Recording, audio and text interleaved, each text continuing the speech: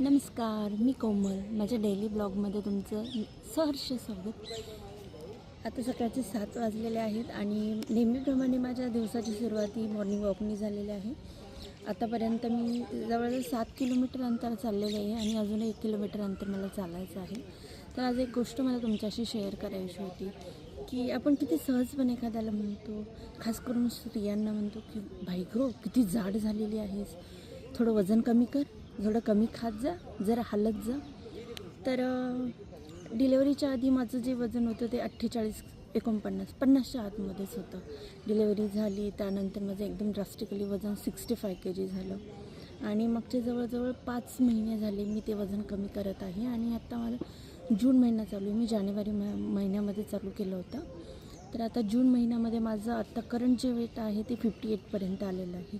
पण मला हे 6 किलो वजन कमी करण्यासाठी जवळजवळ 5 महिन्यांची मेहनत, व्यवस्थित डाएट आणि खूप एक गोष्ट मला नक्की सांगावीशी वाटते की तुमच्यासारखी मीही प्रत्येकाला जज करणारी होते की खूप जास्त वजन वाढलं आहे, किती जाड दिसते आहेस.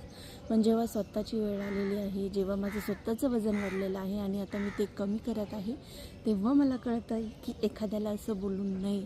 कारण की प्रत्येकाची हेल्थ कंडिशन वेगळी असते. आपल्याला माहीत नसतं कोणाचे काय प्रॉब्लेम आहेत, ते कोणत्या परिस्थितीतून जात आहे आणि त्याचं वेट कशामुळे वाढलेलं आहे आणि ते का कमी होत नाही.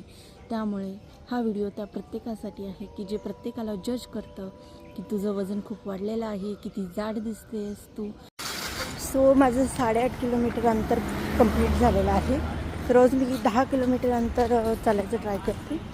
त्यातलं आता 2.5 किलोमीटर अंतर जे राहिले ते मी संध्याकाळी जेवण झाल्यावरती चालणार आहे. आज दिवसाचे खूप सारे प्लॅन आहेत आमचे, ते सगळे मी तुमच्याशी शेअर करेन. त्यासाठी हा व्हिडिओ शेवटपर्यंत नक्की पहा. घरी आल्यावरती मी सगळ्यात आधी माझी वेट लॉस ड्रिंक घेते, जी की मी घरीच बनवली आहे आणि त्याने मला डायजेशन असेल, ॲसिडिटी, PCODची प्रॉब्लेमसाठी खूप फरक पडला आहे. तुम्हालाही त्याची रेसिपी हवी असेल तर मला कमेंट करा, मी शेअर करते. आणि हा पहा, रात्रभर माझी झोप उडून स्वतः कसं मस्त निवांत झोपला आहे.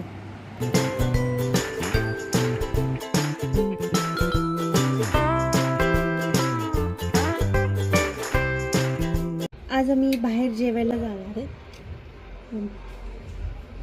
बरेच दिवसांनी बाहेर जेवायला चाललो आहे आज, तर चला तयार होऊया.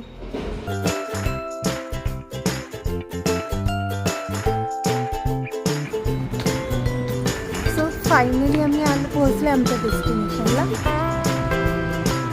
आणि ध्रुव तर झोपून गेला.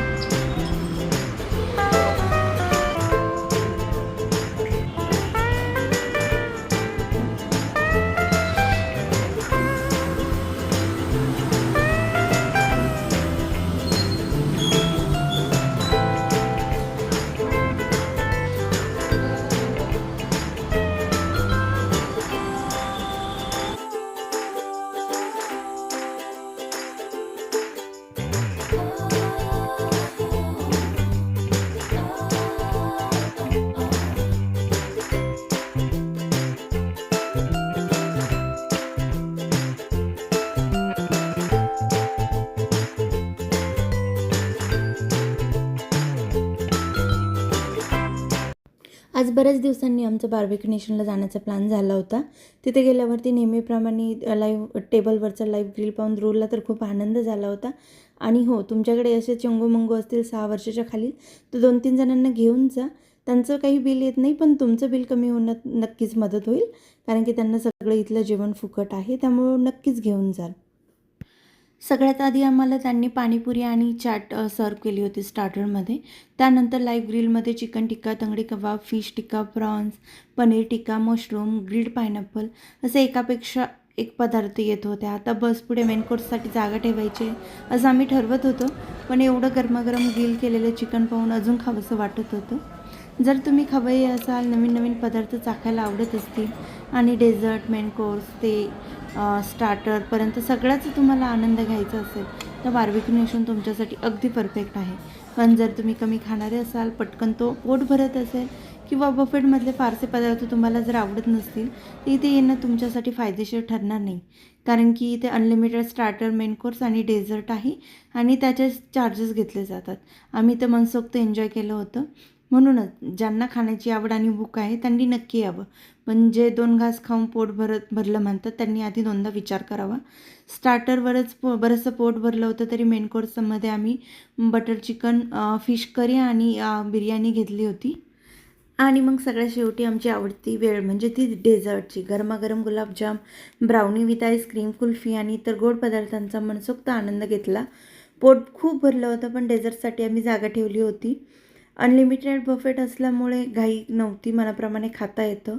प्लस सगळं आपल्याला जागेवरती बसलं जागेवरती भेटतं, त्यामुळे खूप मजा येते. आम्ही आता घरी आलेलो आहोत जेवण करून. आता संध्याकाळी तर काही आम्ही जेवणार नाही, कारण की तिकडनं एवढं पोटभर खाऊन आले की आता भूकच नाही आहे. तर गेली 2 वर्ष झाले मी घरीच मसाले बनवत असते. मी बाहेरचा विकतचा एकही मसाला खात नाही. तर आज म्हटलं तुमच्याशी ते शेअर करावं. आज टाईम आहे आणि जेवणही नाही बनवायचं, तर म्हटलं आज ते तरी होऊन जाईल. सो मिरची पावडर तर मी डंकातून कुटून आणलेली आहे, पण उरलेलं जे धना पावडर आहे आणि आपला गरम मसाला आहे तो मी घरी बनवते मिक्सरमध्ये. थोडाच बनवते, जास्त नाही बनवत. 2-3 महिन्याचं एकदा बनवून ठेवते. कोणाचं आहे ते? कोणाचं आहे? ह्या दीदीचं आहे का? आणि तुला छान वाटतंय ते? नाही आवडलं? आणि हा दरवाजा उघडा दिसला की लगेच बाहेर पडतो.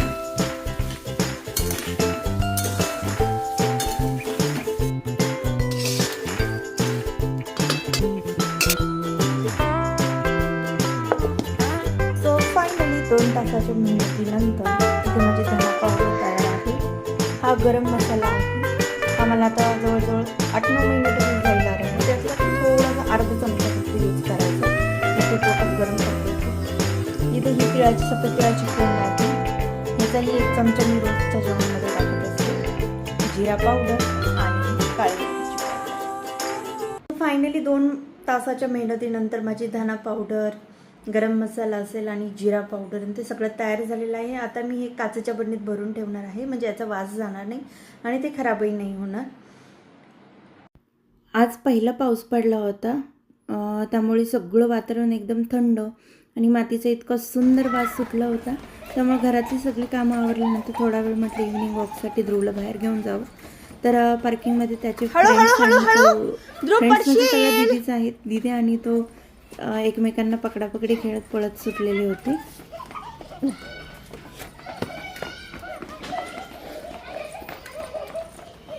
सो आज दिवसभरात बरंच काय केलेलं आहे. तुम्हाला आजचा व्हिडिओ जर आवडला असेल तर लाईक आणि शेअर नक्की करा आणि फॉलो करायला विसरू नका. थँक्यू. भेटूयात पुढच्या ब्लॉगमध्ये. बाय.